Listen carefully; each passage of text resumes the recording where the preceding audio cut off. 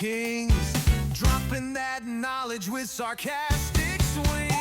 Blackboard I'm mathematics, math teacher, borderline burnout case, and firm believer that adulting should not include hallway duty. And I'm Ed Plan, special ed teacher, professional problem avoider, and unofficial whiskey critic of the public school system. This is Blackboard of Broken Dreams, where two tired teachers vent, rant, and try not to get fired. Today's episode, fiascos. The first ones, the worst ones, and the ones we still pretend didn't happen. If you've ever questioned your career over a spilled iced coffee and a broken smartboard, this one's for you. Quick disclaimer, all events, students, and administrators referenced in this podcast are completely made up, totally fictional. Don't quote us, sue us, or send us to PD. This is for entertainment only, or venting, or possibly group therapy in audio form. Now, back to the crumbling dreamscape. Do you think that we should be calling home all the time? I mean, that's the question, right? Like, when is the appropriate time to make that phone call home? Do I need to call home about this podcast right now? I mean, maybe. I mean, my mom might be wondering where I am.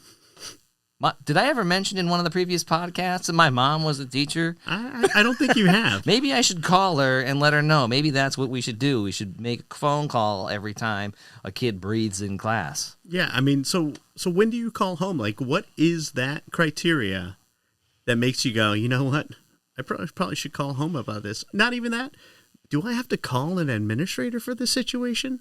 Gosh, in the beginning, I felt like I needed to call probably most of the time. Yeah, when that kid is like calling another kid names, you're like, is this bullying? I don't know yet what bullying actually is. Yeah, bullying is that's the B word. Yes. That's very that can be trendy at times almost. Is it wrong to say trendy?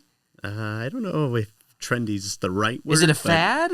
I don't think it's a fad. I mean, it's gone on for years, so it's not really trendy anymore. But no, but it definitely gets called out more and as a bad thing.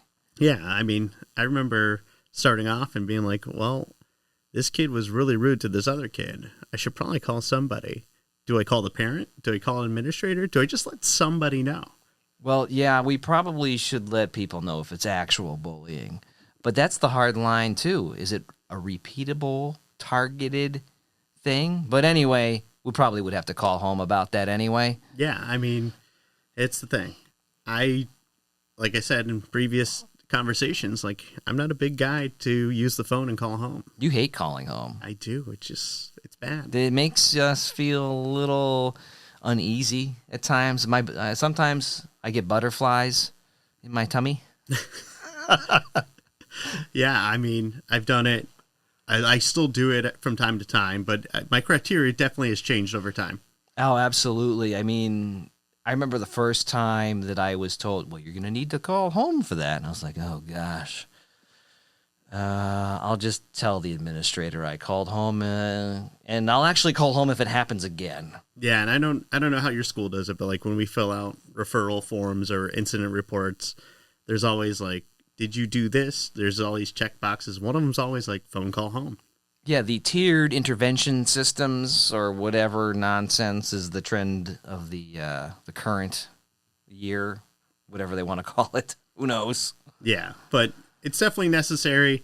I've done it multiple times, and every time it gets easier for me. But at the same time, it's sometimes I felt like I shouldn't have done that. I shouldn't have called home. I shouldn't have called for administrators' support or anything like that. But it definitely, something we need to do. So was there ever an incident for you where you opted to not call home? What you were questioning it in your mind? You're like, you know what? Maybe I should. Well, being a public educator and a mandatory reporter. Oh, yeah. You got to. You got to call home if you think something was, putting a kid's, like, emotional feelings at risk, where you might think, oh, well, now they're going to, fester about this. It's going to be an issue. Or if you hear, like, a threat of violence, you definitely got to call home.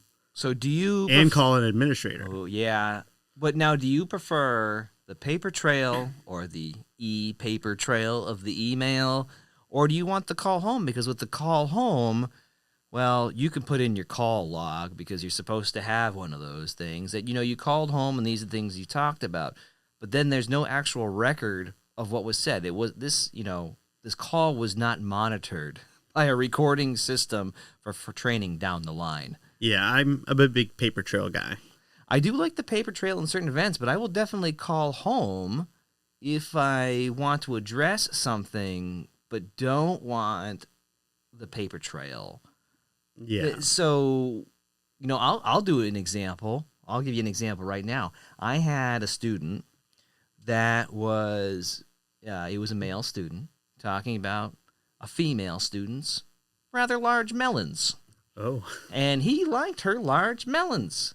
Now, naturally, I said, hey, this is not appropriate in class, et cetera, and I encouraged him to stop immediately.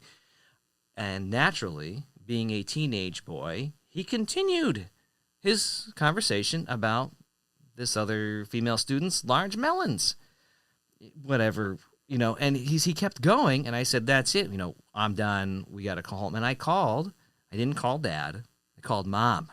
Okay. Luckily, there was a mother to call, so I did call, but that was not an email I wanted to write. No. I can understand that. That was going to be an awkward email for me to write, talking about the nature of that conversation, and so I opted for the phone call, and I was able to then use what he said verbatim. And let me tell you, the weight that carried to that mom, ooh.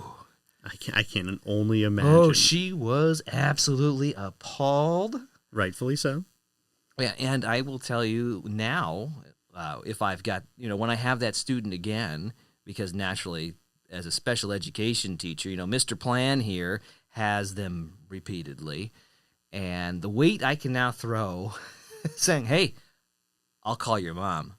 I will, goes a long way. Yeah, no. That was a smart move. It was. Because, like you said, the paper trail on something so delicate, like, I would not want to have that in an email and then have it, like, thrown back at me for some way or use the wrong context. And then tone of an email sometimes in that situation. Tone is never interpreted. Exactly. I mean, like, our sarcasm in an email would not go over too well. I'd have to put, those internet meme things that indicates that we're doing sarcasms. And yes, I said memes because that's what the children call it, right? Yeah, I think it's memes. Memes? Yeah. Yeah, you got it. Yeah, I mean, I definitely am more of an emailer when it comes to stuff, but that's mostly for, like, grades and missing assignments, anything like that. Discipline stuff, if I think it's an issue, I definitely have called before. But I think I have a harder time, like, determining when I need to call for an administrator support. That's a hard one. It's the question of, because now you have to stop class. Yep. And you have to drop everything. And that kid now is getting publicly blasted, and they deserve it. Yeah. I mean, at this point, they deserve it, and you're probably fuming. You're probably like me, and you turn bright red with anger and blood pressure boiling. And you know what? That's it. I'm calling. Of course, you know what happens every time you call. Who answers the phone? Yeah, not the person you're trying to get a hold of. Nobody. Where are they? I go down the VP list. Nobody. Yes, it's happened to me multiple times, so I usually do a direct line to the office. Somebody will radio somebody, and I will have some support. Oh, yeah. Well, yeah, and that's nice. I do that too, but I like the discreet approach, calling them directly, because when it goes over the radio, everyone hears it. Yes. And we're going to Mr. Plan's room again. That guy can't get anything under control. Yeah, but I mean, there's a great response, when it goes over the radio and stuff, but also because everyone hears it, like you said, like, are they getting this perception that, Ed Plan can't control anything? I got nothing. That's a tough line. Yeah. Now, maybe in a general ed sitting there with you, Mr. Hematics, it's easier. Maybe, I don't know. What do you think? I mean, sometimes. Do the kids respond better to phone calls in the general ed setting versus the special ed setting? Yeah, I feel they do, because I don't know if there is a big difference, but I would imagine that there's a difference because you teaching special ed, I mean, there's contact home probably a lot whether it's signing IEPs, having meetings, all that stuff. So for like a general education kid, well, they're not always having these meetings, having these phone calls home. So like sometimes I think it has more weight. Right. Yeah. So, I mean, my kids are probably just numb to it at this point. They're like, teacher called home again. In fact, I remember we shared one of these students. Yes. Where I called and the student's father was just like, what? What do you want? Again? Okay. Like they were just so numb to it as well. The parent, all right, I'll talk to him. And that nothing changed. Nothing changed. No. I remember that student very well. Those are the days. I mean, speaking of us teaching together, I think I remember one day a kid got us so upset that you actually left the room to make a phone call home because the kid was like, you won't. And I know for sure if you tell Ed Plan, you won't. Oh, he will. Yes, I do remember that. That was fun. That was fun. I remember because that was the beauty of being in a co-taught classroom. All right, Mr. Maddox, I'll be right back. Hold on, I'm going to put this phone number on the Post-it note, and I'm going to go call this kid's parent right now. Holy cow. Yeah, I don't think I've ever seen a kid sweating so hard in one of my seats than that day. He left a sweat stain in that seat, didn't he? Oh, yeah. A little curvature of condensation. Yep. I mean, on the opposite respect, I think we've had some fun with students that, we could joke around with where you were told you won't again about emailing home. Oh, yeah. And I'm pretty sure you emailed in front of everybody. And the kid thought, he got a good laugh out of it because he's like, go ahead, email my mom. You won't do it. Put it right up there on the big screen. Oh, yeah. It was classic. I stopped class for that. And I believe sometimes, if you're going to publicly shame a kid, it has to be the right kid. Yes. You can't publicly shame everybody, but that kid was the right one. And because the entire time I was typing it out, they're like, oh, you're not going to do it. You're not going to send it. Because they were seeing everything I was typing live in front of the whole class. And the other students were probably chiming in and laughing at them or laughing at me probably.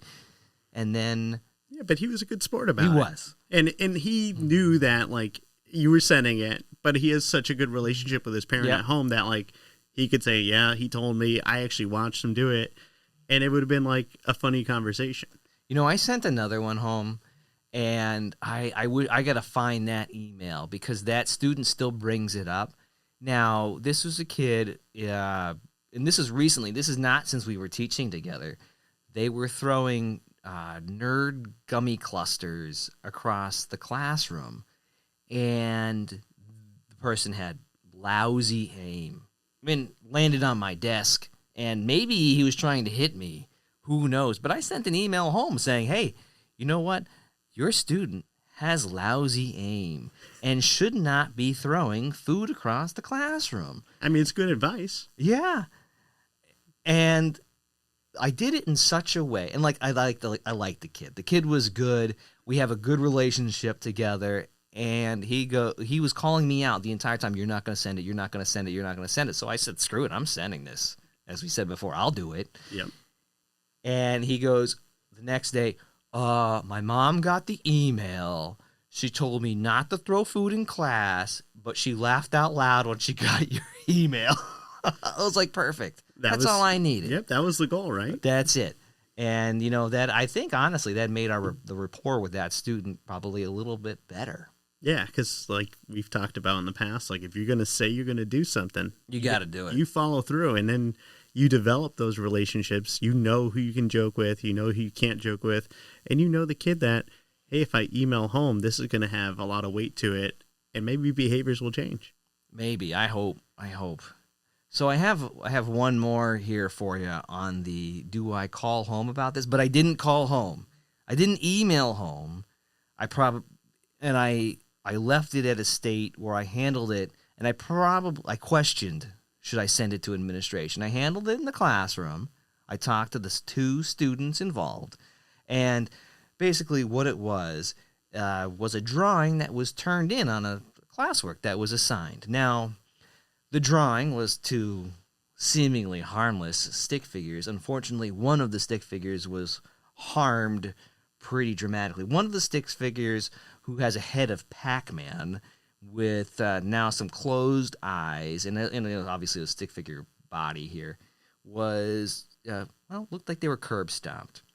Curb stomped. That sounds pretty hardcore. It's pretty violent, right? Yeah. And, so the Pac-Man mouth is eating the curb with either drool or blood all over this. But mind you, it's a horrible drawing. Like, my children, who are probably 10 years younger, could draw something better than this. And then there was another one with, this looks like an evil pilgrim with a double chin stick figure, but the head was not. And, obviously wearing the pilgrim hat, claiming, "I'm Dirty Dave." And it has like his thumb pointing towards his head, and the other student drew a rather large member. Okay.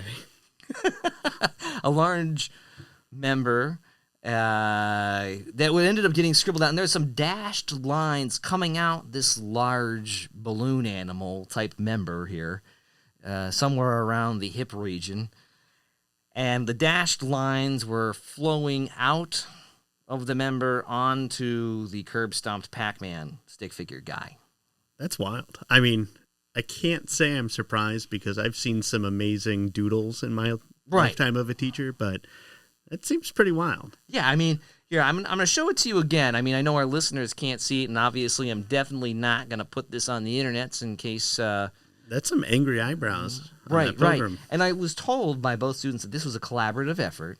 One person drew the face, and then the next person added to it. And it was going back and forth when I questioned them about it. And I was like, well, who drew this part? And who drew this part? And who drew the balloon animal around the hip here? And they're like, one kid was like, well, I did. Well, who drew the dashed lines? And they're like, he did. Oh, my gosh. I mean, the one thing I do appreciate, the alliteration. Dirty Dave, you said? Dirty Dave, yeah, Dirty Dave. They listened in English class, yeah. I think, maybe. And then there's, of course, the other student's name with an arrow pointing to the member. So they named it after the other student. Fair enough. So did you call admin or? I did not. Email home? I did not even email home. I was so close. So I've got it in my drawer, and every time that student decides to do something ridiculous. Now, I put a Post-it note over it with some emoji faces that I drew on it to kind of censor it, but also show my disdain for their drawing, because obviously I had to grade the paper. They did excellent work on it.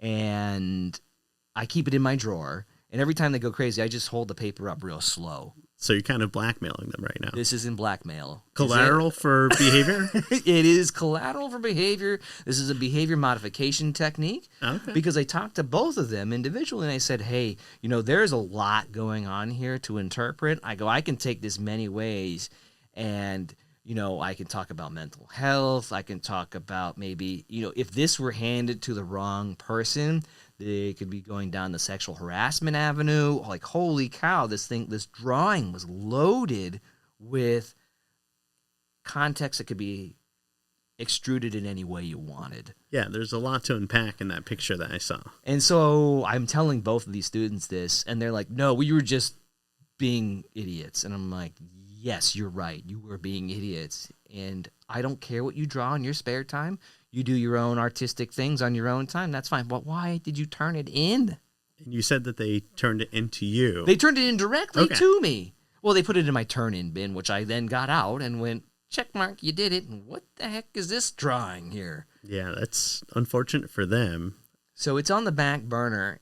If I get another one, I'm going to... Now, and they were both receptive to it. Okay. And I explicitly said to them, if this behavior doesn't change, etc., like, this is going into the email, the phone call, to administration. I'm going to have a field day with this. So now I just hold up the piece of paper. Yeah, I mean, I understand, like, friends goofing around, but that's pretty wild. Right, and it's definitely not an appropriate place, but at the same time, I know exactly what administration's going to do. They're going to say, hold out your wrist while I slap it. Yeah. And they're going to do jack squat about it.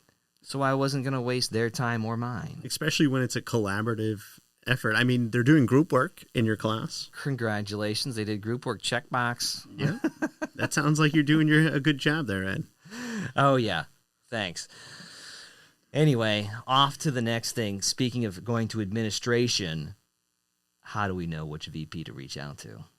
I'm assuming you mean like who's going to handle the situation the correct way or the most delicately if I need it to be? I figured you just go down the alphabet list. I got the top half, they got the bottom half, or should we pick and choose carefully? No, we all know some situations require a delicate hand, and some require maybe a little heavier hand, right? Yes. Yeah, certain students need the heavier hand in certain situations. They'll tell you which VP they don't want if you're in a building with multiple VPs. Ooh, I love when they give me who they don't want to show up because that's the first person I'll call. Oh, absolutely. Don't call Mr. Evil Principal. He's going to be mean. I'm like, yes, we're going to call that one. Get him down here now. Yeah, I mean, sometimes you got to do that, though, because it's going to get the desired result. Right. Absolutely. Because if they don't fear what's happening, is the behavior going to change? No, so you probably scroll through like you're picking a Mortal Kombat fighter. Yeah. I look at the stats and I'm like, all right, suspension rate's good. This is the one I want. Right? Oh my gosh, wow, yeah. That's a good point. Because you have to be aware of how it's going to be dealt with. And sometimes you don't get a choice, and I get that. Like, people are busy. Sometimes there's a lot of stuff going on in a day. Or maybe someone's out and all that stuff. But I definitely, if I have the choice, I will choose certain people depending on what the situation is. Oh, absolutely. There are sometimes, though, I've called and they've said, oh, I'm busy, call so-and-so, or so-and-so handles that particular student, even though it could be theirs, alphabetically or whatever. And then I'm just sitting there going, oh, no. But it goes again to the delicate balance that has to be there. So some, administrators have a great relationship with that kid who's maybe the one that's in trouble a lot. Right. Sometimes it makes more work for us, too. It does. Because they're going to go, well, I'm going to need you to write this up, send an email, call home, and do it all in triplicate. If I know that's what's going to happen, because you know how much I love calling home, that's going to be the last person I call. I don't blame you. Or if it's like, oh my God, there's going to be so much stuff to do that I don't have the time to do this right now. Let's pretend that this didn't happen right now. Right. And let's have this conversation about how this is not okay. But you know what? If it continues, then I'll call. Right. Yeah. So there are the principals and the VPs who, I was going to make a really wrong reference. I'm going to do it anyway. We've got the black and white ones, and then we've got the 50 Shades of Gray, but the wrong context. I want the ones who understand the gray area. Yeah. Right? I want the VP who understands gray, especially in special education, who understand disabilities, who understand ADHD, who understand behavior plans, even though nobody reads them, right? We stick them in a filing cabinet. I mean, we are required to read them. I read all of mine every year, just so you know. At least once? At least once. I skim them? Sometimes I will definitely double check if, whatever I'm doing is not working. I'll be like, I must have missed something. Do you know what's funny is when you get a kid in class who you think had a behavior plan, but they didn't? Yeah, I mean, that's the tough part, though. And then, you have students, who may work better with a male teacher or better with a female teacher. So when it comes to calling an administrator, you have to play that into it, too. Oh, yeah, that's a great point. The whole male and female comes almost probably back to the whole mom and dad situation, whatever situation they have at home. Yeah, the disciplinarian and the non-disciplinarian. Right. So there was a study out there. I got to go find it. My wife was just telling me about this study that children are 800% more likely to have bad behavior with their mother. Why is that? Because they feel safe. Oh, well, they do say that whenever, you have tension between someone or freak out on them, that you feel safe with them. So you feel like you can lose it on them because they'll be more forgiving. Great. So you're saying that we have 10,000 students that feel comfortable with us, which is why they lose it all the time. I mean, some days it feels like that because I've had some kids that I've had great relationships with. and then I feel like a punching bag some days. Because then they come back and apologize to you and do it again like they're your best friend. they do, but like those are the kids that like they need a safe space, and like you might be that person where they take it out on you. Gosh, that is draining. Well, that's welcome to being a teacher. Welcome to whiskey. Yeah, there you go. However you cope, Or right? wine, or whatever it is, whatever your coping mechanism is, candy, chips. Yeah. My mom's coping mechanism was a bag of chips. She enjoyed the crunch. It just got like in her teeth, and it was like, yes, this Yeah, is like, you it's could- like grinding your you- teeth, but without grinding. Right, you could sense the aggression because she wasn't a big drinker, although now probably. Who knows? Yeah, I mean, it's tough. I mean, the emotional ups and downs that you deal with on a daily basis can definitely take a lot out of you. And it is hard to check out. I believe in the separation of church and state. Church being home, state being the school. I agree with you. And I think working with you helped me realize that, because it made me like separate and go, okay, I'm leaving school. I'm checking out. Yeah, I'm done. that's it. I don't check my email at home. I don't either anymore, because I used to, No. but now I don't, because I don't want my night being ruined after my day was ruined. That whole, like, 6 hours, 7 hours by craziness. I mean, it's just draining, and I don't want to go and check my email and be like, uh-oh, this happened again? I know. So for all you teachers out there that actually check your email outside of work hours because you're quote unquote helping a student and waiting for them to ask you a homework question, God bless your heart. Yeah, or if you have your email on your phone, don't do it. Well, there's many reasons for that. There's lots of reasons for that some people probably don't even realize. Well, there's the psychological effects, but also if you're involved in a high-profile case, I mean, lawyers involved, and you've got that email on your phone, they could subpoena that phone into court.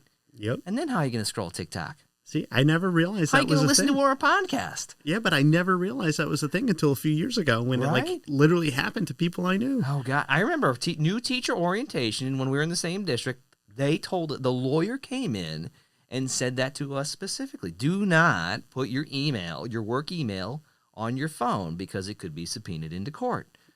Yeah. I mean, or any personal device for that matter. Yeah, it's crazy. That's why if the school issues me a device, that is where I'm doing all of my schoolwork. Right. And you at least can close that laptop at the end of the day. Yeah, because I don't need it. Throw that iPad like a Frisbee on the disc golf course. Well, or I'm not something. going to do that. I would probably be liable for that, but I put a case on it. You'll be fine. I guess so. I mean, depending on the case. Right. But yeah, I mean, fiascos happen all the time, right? I mean, we've been working long enough where we've almost seen or heard everything. Or been involved in some of the same ones. Yes. I mean, we have. I mean, we co-taught for, 5-6 years, so definitely had a lot of situations come up together. I remember there was one year where I literally had a kid, like, chip his tooth in class, and you were in my classroom, but then got switched out because of, I don't know, something, some scheduling error or whatever. Yeah, somebody made a mistake up higher up. But I remember, like, one of his friends, like, hit his head against the desk, and he was like, oh my gosh, my tooth. And I looked, and he was missing, like, half of his tooth, and all the other kids were like, we gotta find it. We gotta look for his tooth. Did they find it? We did. I mean, there was kids crawling on the ground, and someone's like, does anybody have milk? You gotta put it. And fun fact, You're right, they do. they were right. And I never knew this. Like, here I am, and there's a kid telling me, you gotta put it in milk. So I don't know if they've had experience with this stuff before. Where did they get the milk from? I think it was like after lunch, or like someone brought it back. So they did have milk. A kid had like just a little milk cart, and they're like, let's put it in. It's going to have my DNA in it, but who cares? And then talking about calling home, I remember. Oh, my gosh. I literally was like, I don't know what to do. Like, this has never happened before. What do I do in a situation like this? So I literally asked my admin who came, because I was like, I should probably call about this, right? So I called an admin. They came, and they're like, yeah, just to cover yourself, you probably want to call mom about this or call dad. And I remember calling home, and the mom was just like, oh my gosh, what did he do now? Him and his friends. And I thought I was going to get like reamed out about it. But she was like, yeah, this is like a normal Tuesday. And I was like, okay. Well, at least that was on your side. Yeah. And I was dreading that. Like, I was dreading it so hard that, like, had anxiety about it, was like, I'm going to throw up because I'm so nervous about making this phone call because this is a kid's front tooth chipped in half. Oh, man. I remember that story, and I remember I remember the students coming up to me telling me all about it because I had left. Yeah, and the kid was like leaning over to tie his shoe, and his friend hit his head and didn't realize it. Like, it was a total accident. I mean, it wasn't an accident, but it was an accident. Like, he didn't mean to hit the kid's face against the desk, but Oh my gosh. it was wild. I don't know what I would do if in a parent in that situation. I don't know. Like, I would be like so mad that Right? I would just be like, who is this kid? I need to talk to him. But she handled it super well, and like they got his tooth fixed because the next day he was like, it never happened. That's amazing. That's great. You know, I thought the other story you were going to tell was where the girl whipped her breakfast sandwich at us. No, you were there for that. I was there for that one. Yeah, that was an interesting conversation. And then like we both were like, do we take a bite out of the sandwich and then give it back? Call home? We didn't call home for that one. Oh, we definitely called an admin. We right called away. an admin and said that one's yours. So that story, now I know things have changed over the years. This is definitely a pre-COVID story. Yes. Breakfast was not allowed in the classroom, period. Food was not allowed in the classroom, period. And so we were following rules because admin would occasionally walk by and give teachers, not the students, they would give the teacher a hard time for allowing students to have food in the classroom. And it was a school rule, so It was I a school totally rule, understand right? it. You know, allergies, etc., whatever. Now, I'm a firm believer of breakfast being one of the most important meals of the day because I saw that on some TV show growing up as a kid, right? And TV shows don't lie. TV shows. It was PBS related, I'm sure. However, that was ingrained in my head. So I'm like, yes, breakfast is important. I was making these excuses to this girl. I was like, do you need to use the bathroom? And she was like, no, I don't need to use the bathroom. I'm like, I don't think you're reading between the lines. Do you need to go get a drink of water? And she's like, no, I don't need a drink of water. I have a nice big Dunkin' Donuts iced coffee right here. I'm like, you're still not reading in between the lines. Let me try this again. Do you need to use the bathroom? No, I don't need to use the bathroom. I'm like, okay, you can't eat in here. Yeah. And she lost it on us. She did, and we had a good relationship with her. Yeah, you came and you were back up to her. You know, you can't do that. And you even tried the same tactics. Yep. And she lost it. And I think we've done like the hint. Right. And like, the hints cough, were, cough, hint. The hints were not landing, but we were just like, we don't want you to waste your food. We get it. But please go somewhere where you're not here right now to finish this sandwich. You just can't eat in the classroom. I'm going to pretend I didn't even see it if you walk out with it. Yeah, and I remember that the sandwich got thrown. We called admin. They came, took the student, and then they came back and they're like, do you have the breakfast sandwich? Well, and I don't know if it was for the student maybe or for the administrator. they were but... going to eat it. They heard it was like a bacon, egg, and cheese, and they got excited. And then I remember our students were egging us on. They're like, you should definitely take a bite. And I was like, you know what?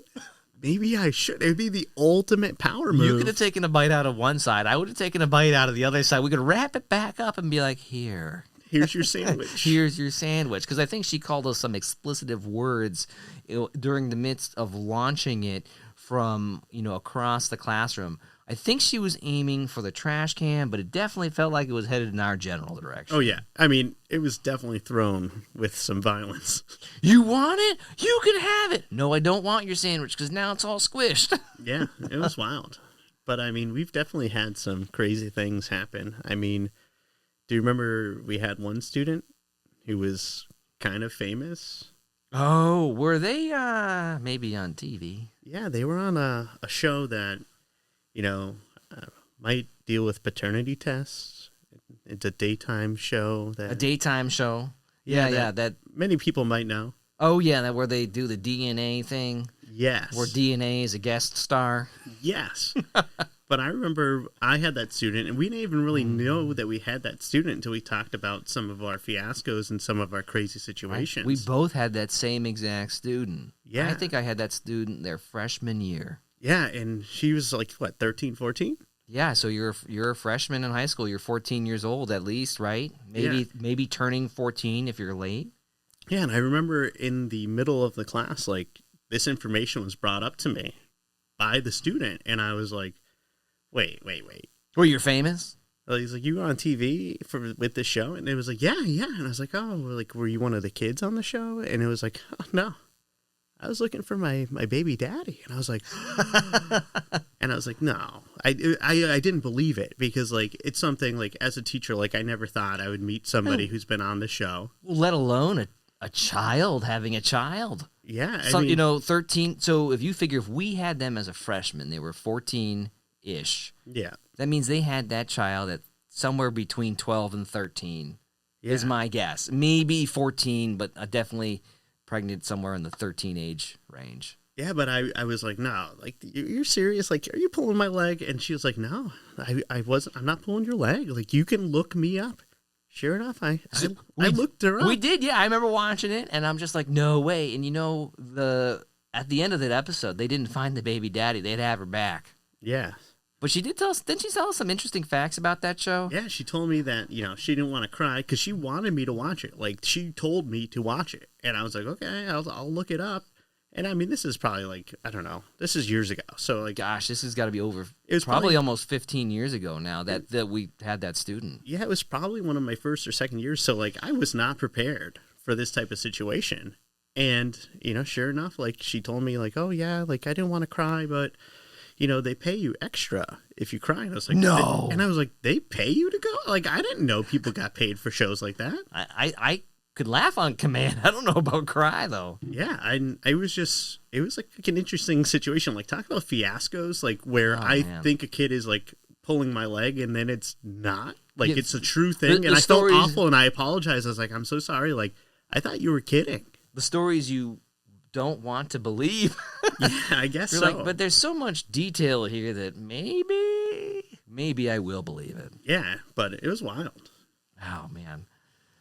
So, because we talked about these kids who are, troublemakers and they do horrible things like drawings or smack each other's friends in the back of the head, do you give them detention? Are we talking about now or back when I first started? Well, let's start at the beginning. When I first started, detentions were given all the time. Part of the tiered intervention system that every good teacher should be following. Absolutely. So I would give detentions. There were a couple things I learned about detentions, though. What's that? So if there's two things that would happen. Either they didn't show, which I would have to write them up anyways because that was policy. Right. Or they would show up, and then I would realize, am I punishing them or am I punishing myself? Who are you? Who were you punishing? Sometimes it felt like it was myself because now instead of one time in that day, I was having them 2 times in that day, and the behavior didn't necessarily change. No. Yeah, I agree with you. The detention thing is a moot point sometimes. Yeah, and then also when you have for detention, what do? Are you that teacher who's like, you're going to take the dictionary and pick A and write every word from this word to that word? Gosh, I've done a handful of different things at detentions in the beginning. Now, what I do for detention now is entirely different. But what I did then, gosh, sometimes I would talk to them. Hold on, let me backpedal for a second. I had a couple different detentions. The first detentions I did, naturally, they sucked. Mm-hmm. Like, now I'm stuck with this kid until the late bus or the parents come or whatever. And I had them stay the entire time because that's what I thought you were supposed to do. And I was like, okay, this is why it's bad, etc. And then after a few minutes of doing that, I'm like, well, I don't really have anything else. So you're going to sit here and you're going to do work for your classes. Or you're going to make up work for me that you're missing because odds are they're missing work for you. Yeah. It was a great time to get them caught up on work. In reality, they should have just stayed after for extra help anyway. Yeah, so your detention was just extra help sometimes. Yeah, it could be. And then I realized that, I give them a detention that's, quick and easy, and that keeps it usually would work because my thing to them was, well, I'm going to give you detention. Now, granted, this is high school and not elementary school or not middle school. Maybe you could pull this off in a middle school setting. So, all right, you've got detention. If you get to me quickly, you can make your bus.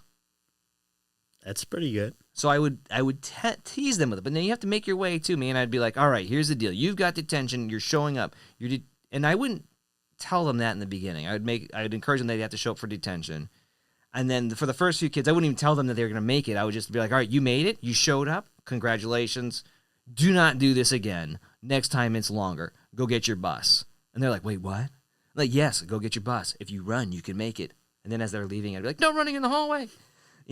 But they would make it. And then I didn't have to call parents. Nothing else happened. But I did keep that note of it. Like, oh, hey, I gave Matt detention. Mathematics had detention for 10 seconds. Yeah, you document it just so you have that tiered intervention. Because I forgot usually half the time. Yeah. But that seemed to work for a lot of kids. Didn't work for everybody. Yeah. Do you have a memorable detention? Or one that you were assigning that was memorable? Not really. I mean, like I said, it's been a while since I've done a detention because I kind of do what you do where it's like, you just inconvenience them a little bit. Oh, that's the worst. They hate that. Just because it's a power move to get them to come to your class. And then you're like, oh, you showed up. Oh, you missed your bus. Oh. I can't stay for much longer. I got to go. You're going to have to go sit in the library. What? Yeah, so they're inconvenienced. But because I learned that, like, sometimes you're punishing yourself. Like, you're there and the kid still, like, doesn't get it. Like, I've tried to be that guy to be like, all right, let's have a conversation. Mr. Humatics thinks he can talk sense into people sometimes. So I like to have sometimes. So I like to have that conversation and try to treat them like the human being they are. They're a person. Right. So let's like reason about this. Like, hey, what did you do? Then they'll tell me what they did. And it's like, oh, do you think that was a good idea? Yeah, of course. And they sometimes are like, well, I didn't think it was that bad of an idea. And it's like, well, herein lies the issue that's why we're here. And then you have the conversation, you try to talk sense to them, and then be like, I don't need the power imbalance of you trying to contest what I'm doing every day. And you have that and you hope that it, makes sense. And then sometimes you go and you have to escalate and be like, hey, if you keep it up, we're going to bring this up a notch. I'm going to call home or I'm going to call a VP next time because you know what? This can't keep happening. Oh, absolutely. I mean, that helps. That usually works for most kids. For most kids. But we had a few where it didn't. Oh, we've had a bunch where it didn't. You know what the best ones were when we shared one of those students who was like, I'm not showing up. And you're like, well, I'm going to have to send it an office slip or write it up. And they're like, well, I'm not showing up. And I'm like, I would appreciate it if you didn't show up. I don't want to have to spend time with you either. I mean, I said that in my head. I didn't say it out loud. But generally, that's how I feel. If I'm giving a kid the detention, I don't want to spend more time with them. I don't like them. Why would I want to spend more time with them? Yeah, and like those are the kids getting detention. Yeah, and you try to do stuff like before I had the conversation stuff. I used to actually like have them write down, like almost like an apology letter of like, what did you do wrong? Like a behavior reflection. Like, what did you do wrong? Are you feel bad about anything? No, and then those are such BS. And you know how much kids love to write things, so they looked at it and they're like, oh god, and it was just like one line. It was like a yes, no. I won't happen again, and that was it. Yeah. So that's why I like pressing the conversation's good. But again, like, is it punishment to them or is it punishment to yourself? Oh, it's definitely punishment to us. And I'm not a glutton for punishment, so no. I don't want to punish myself. Oh no, you're a glutton for punishment. You went into teaching. That's true. All right, maybe not to the extent that I want to stay after the hours where I'm not getting paid to have these conversations. No, you're salaried. You're not hourly, just as a reminder. I realize that. But I already do a lot outside with grading papers and sending emails and dealing with all that. Now, do I want to be like dealing with behavior out of the school hours? No. So that's why it's like detentions. Who's it for? I like when you have a school that has a specific detention teacher, because then you can give it out like candy. Oh, I hate having detention with that person. Or go back even further into time. I mean, they did movies based around this. Saturday detention. That's gone. Yeah, I'm curious if it's still out there. I remember when I was in school, that was a thing. Are there any of you listeners out there that have schools that do Saturday detentions? We'd love to hear about it. Yeah, and if there's anyone out there who thinks they have this detention thing down about something that's successful to keep kids keep kids there and changing the behavior, I'm all ears. Where it's less work for us and more work for them. Yes. And there's that whole 80-20 thing rule out there that I don't fully understand or maybe even believe in, but if I don't have to do anything, even better. That's always a good thing because we already got a lot on our plate. Yes. So instead of handing it out like candy, now we were talking earlier today, and you had a rough day. I did have a rough day. You had a real rough day. Yeah, I mean, 15 years in, still have days that are like, what am I doing here? And the best part about this is we're recording on a Monday.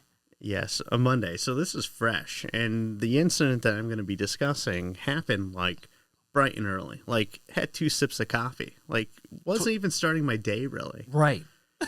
So thank you for bringing this up. We're going to talk about some violence in school, right? Like, Oh, yeah. I was unprepared for dealing with fights at school in my first years. And I dreaded for my first fight. I was dreading to see what happened. Like, what do you do? Like, because you're dealing with, especially, in high school, we're dealing with people who are almost like bigger than me most of the time. Like, there's some tall kids, there's some big kids in high school. Oh, absolutely. And then you're dealing with kids who are minors and stuff. So when it comes to like violence and like trying to restrain or put your hands on somebody, like, you don't want to do it because you don't want to get in trouble. Oh, yeah. Well, now there's honestly the fear of a lawsuit or anything happening or, losing your job. Yeah, I don't want it to be like, Mr. Hematics, he grabbed my arms and then he just made me into a punching bag. Because, like, when you're trying to do your best to, like, keep kids apart, like, what do you do, right? Now, there's one of our friends who worked at the same place. He would fight. I say defend because it reminds me of a defensive basketball player. He would basically spread his arms out like he was playing defense in basketball and try to get in the middle without actually touching anybody.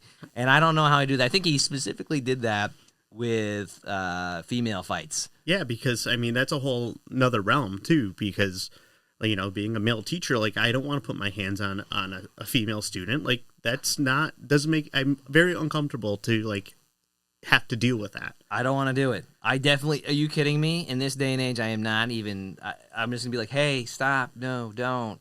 They're pulling each other's hair and whatnot, but this fight that you had today was not a female fight, right? No, it was between 3 people. And 3? Yeah, it was 3 people. So there's a little outnumbered situation happening here. So, I'm always trying to be very diligent to be in the hallway and then be vigilant in the hallway as well to see what's happening because, like, you got to have eyes everywhere in high school. Teachers have eyes on the back of their head. It's been quoted numerous times. Between vaping, bullying, violence, like, you want to make sure kids are safe and all that stuff. So I was, every day I go out in the hallway in between classes. Like, I feel like that's good practice of teachers. Even if you're not required to do it, I think it's a good thing to do because the more eyes, the better.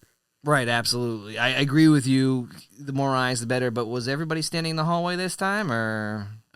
So it was immediately after, like, the period ended. So our period ended, the bell went off.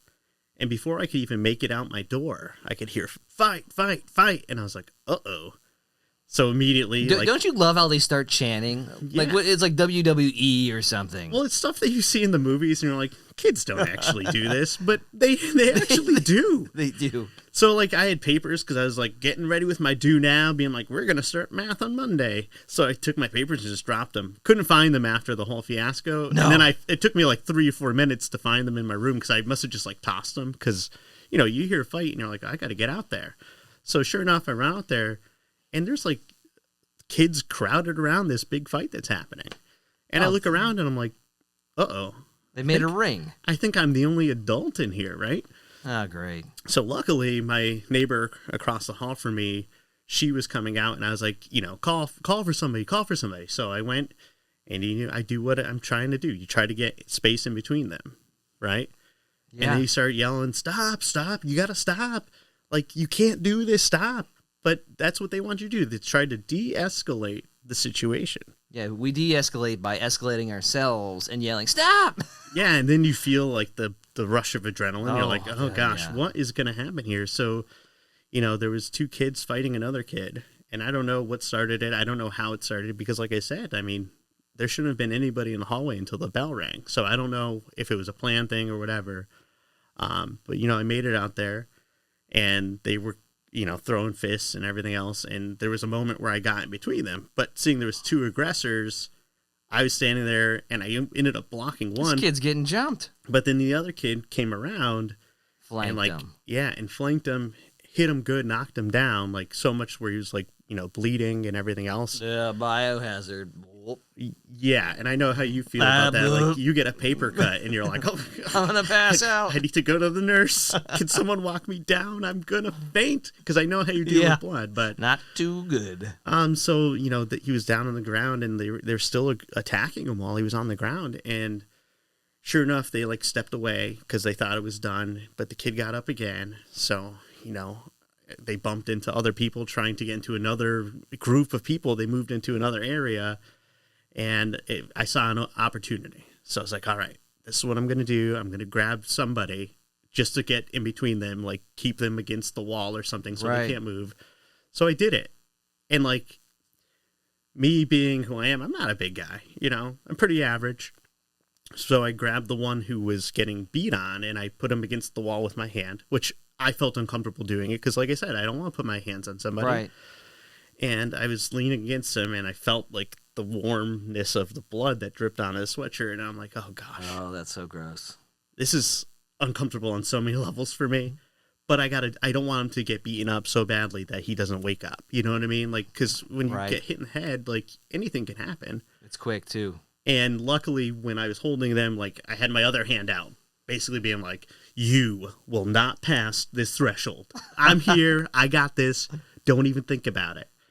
But luckily, I didn't have to do anything because another, couple other teachers came around the corner to get like body block and everything. But it's just crazy to think that like, hey, here it is. Like, the administrators came, took the kids, all that stuff. Our resource officer was there and everything.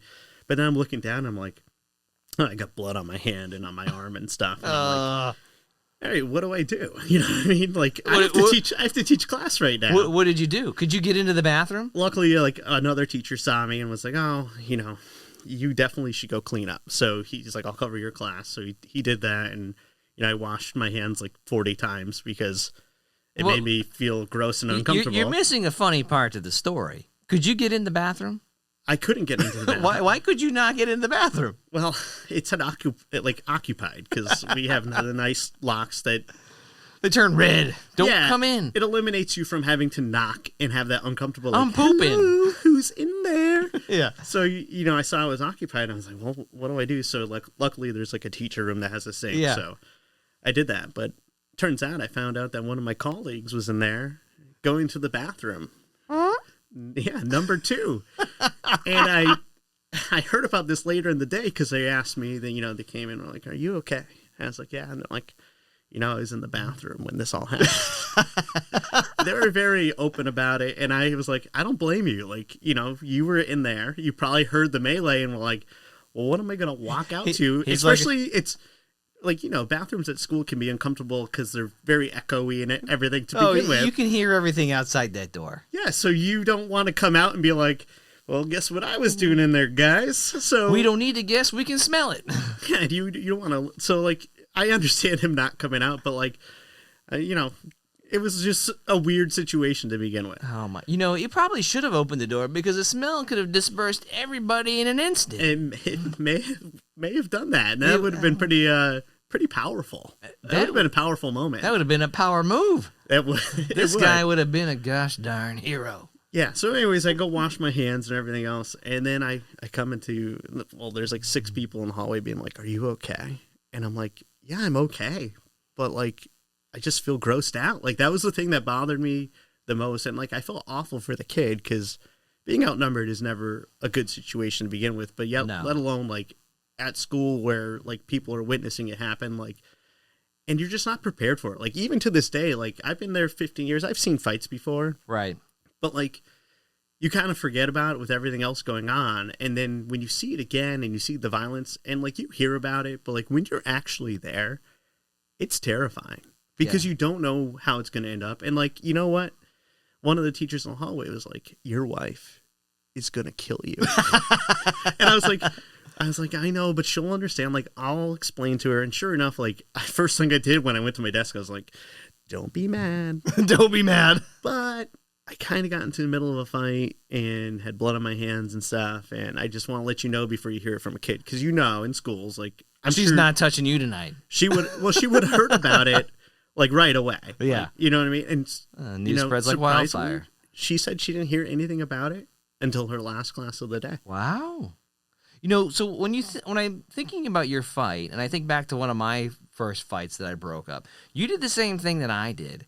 We rescued the kid who was getting beat on, and you pushed him aside, get him into a safe place, and had somebody else deal with the aggressor. And I did the same thing. I remember it vividly. I was outside, probably the science hallway, and the fight had happened. The kids are going all which way. It was just two of them, not team up situation like yours. But as soon as that kid who was getting beat on, and I deemed to be losing an opportunity to strike, I pulled that kid into the classroom and closed the door. And that kid got mad at me. He's like, I had them. And I'm looking at him with like a deadpan face like, no, you didn't. Yeah. You were losing.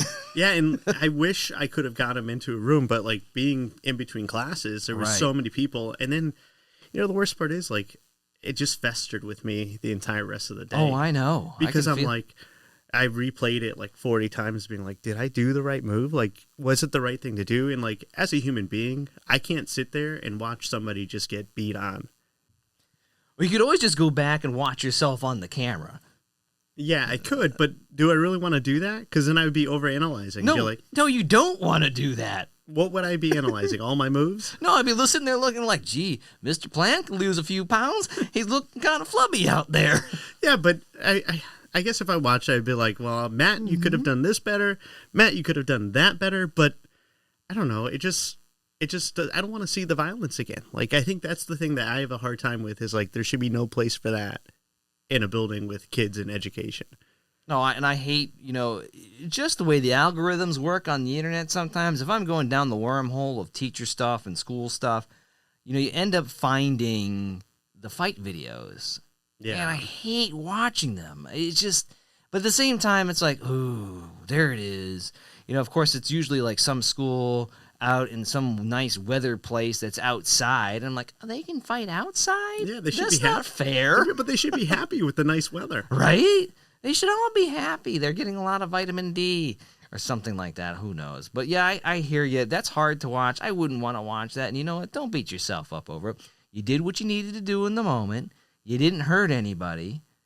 And, you saved the kid from getting hurt even more. Yeah, and if you're listening and you've been part of something like this, don't overanalyze it. Because like I said, like I did that today. And, if you do nothing but try to de-escalate and get in between, you did your job. Like, that's what we're supposed to do. Like, some people will tell you, hey, don't get involved. I know your union would be like, don't get involved. Just de-escalate. Tell them stop. And that is a hard thing to do. Do you get involved in breaking up the fight? And I know a lot of my female coworkers are like, absolutely not. These men, like, if we're as high school teachers, gosh, I mean, if you've got a female teacher who weighs all of like 110, 130 pounds, somewhere in that range, you're going to have male students who literally weigh 100 pounds more. Yeah, and I would never want people to do anything that's uncomfortable. They're going to get, and I hate hearing the horror stories of teachers getting hurt in these situations when they're just trying to keep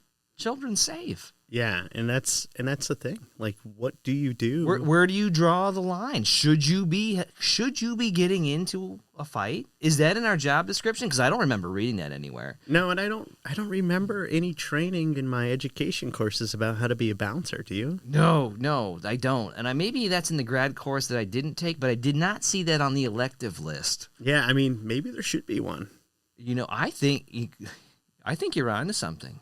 I mean, you're probably a black belt, so you could totally do this. I mean, I may have dabbled. How to fight students. I mean, how to defend students. Only defending. Not fight them, etc. Yeah, but it's just tough. Like, there's that fine line of what are you supposed to do? And I've asked multiple times, and I can never get a clear answer. Nobody's got one. But if somebody's got one, I would love to hear it. Please tell us. Yeah, or if you know something that works to de-escalate other than telling someone to stop while they're already like heated up and ready to roll. Maybe an air horn. Ooh. That might not be bad. Like something like that. They'd just be like, what? They'd be like, is there a DJ around here? DJ Maddox. Yeah, but I mean, it was a serious situation, and it's a tough way to start the day. But like I said, like, you just never know what to expect every day. No, and it is definitely a challenge. Yeah, so like I said, if you're listening, do your best, and you can't always predict what's going to happen, because that situation could have ended up worse for me. I could have got hit, been out of work. What do you do? Day off? Well, maybe. Does it come out of your sick bank? Yeah, but then you'd have kids being like, Mr. Maddox, he got beaten up. Ooh, you don't want that flying around. No, because it's like I can't do anything to defend myself, because like I said, you're dealing with people who might be underage. So then like automatically it's like, okay, it's an adult and a minor. Yeah. And then like you look at teaching licenses and stuff like that. Like I don't want to ruin my career, but you feel powerless almost in those situations. Right. I would think in most scenarios, unless you went overboard and started swinging, although, you hear those horror stories of somebody losing it, and I get it. Yeah. Teaching is stressful. It's mentally exhausting, and losing that can just be, it's human nature, and it takes a lot of willpower and self-control to not. And you got to think about it. You're tired, you're exhausted, you haven't had your third cup of coffee by that time of the day. Yeah. But it's a great way to start a Monday, huh? Yeah. Oh, happy Monday to you, my friend. Listen, I was a little tired. It definitely woke me up for the rest of the day. Oh, your blood got pumping for sure. Yeah, and then we know what the best part about it is? I walk into class, and my kids are like, are you okay, mister? I was like, yeah, who's ready for algebra? Because what else do you do, right? Because I'm still required to teach my daily load that rest of that day. Yeah. But here we are. Made Here it through. we are. All right, so if you're still listening, congratulations. You definitely survived our trauma dump. And just remember, if a kid tells you they're going to be famous one day, they might mean jail or reality TV. Either way, not your problem after June. This has been the Blackboard of Broken Dreams, the only professional development that pairs well with whiskey and bad choices. Cheers. Humor's bold. Mathematics math don't add up neat, but his punchlines, oh, it's a funky feat. Blackboard of broken dreams. Whoa, yeah. Where the laughter's loud and the sarcasm streams.